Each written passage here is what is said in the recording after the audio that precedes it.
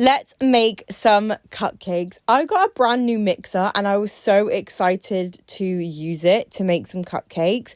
I had a mixer before, but it ended up breaking. So I was so excited to get this for Christmas and I knew that I had to give it a test run. So I got asked to make some cupcakes for a little trip that we went on about a month ago, and I decided to film the process. So I added my wet ingredients together and gave them a mix, and then I added all my dry ingredients in. I usually cream the butter and the sugar together first, then I add in the egg, then I add in the flour and the baking powder, and you end up getting a really nice batter with a good consistency. At least that's what I've found in the past. I added it to my cupcake cases and put it in the oven, and while that was going on, I started making my icing. So for this, I just creamed together some butter into cubes, and then I added some icing sugar gradually. You want to try and get this really smooth.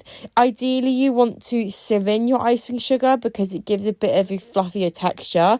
But I think at this point, I was actually in a massive rush, so I don't think I actually ended up sieving mine, but I do recommend doing that. Then I took my cupcakes out of the oven and I cut a hole in the center to fill them with jam because I wanted these to be jam filled, kind of like a Victoria sponge vibe with the vanilla icing and then the jam in the middle. So then I added some icing to the top using a piping bag with a star-shaped nozzle on the top, and I think it ended up looking really sweet. I kind of gave them little rosette shapes and they ended up looking like roses, and I really liked the way it looked. I then added some gold shimmer to finish it off, and here is the finished result.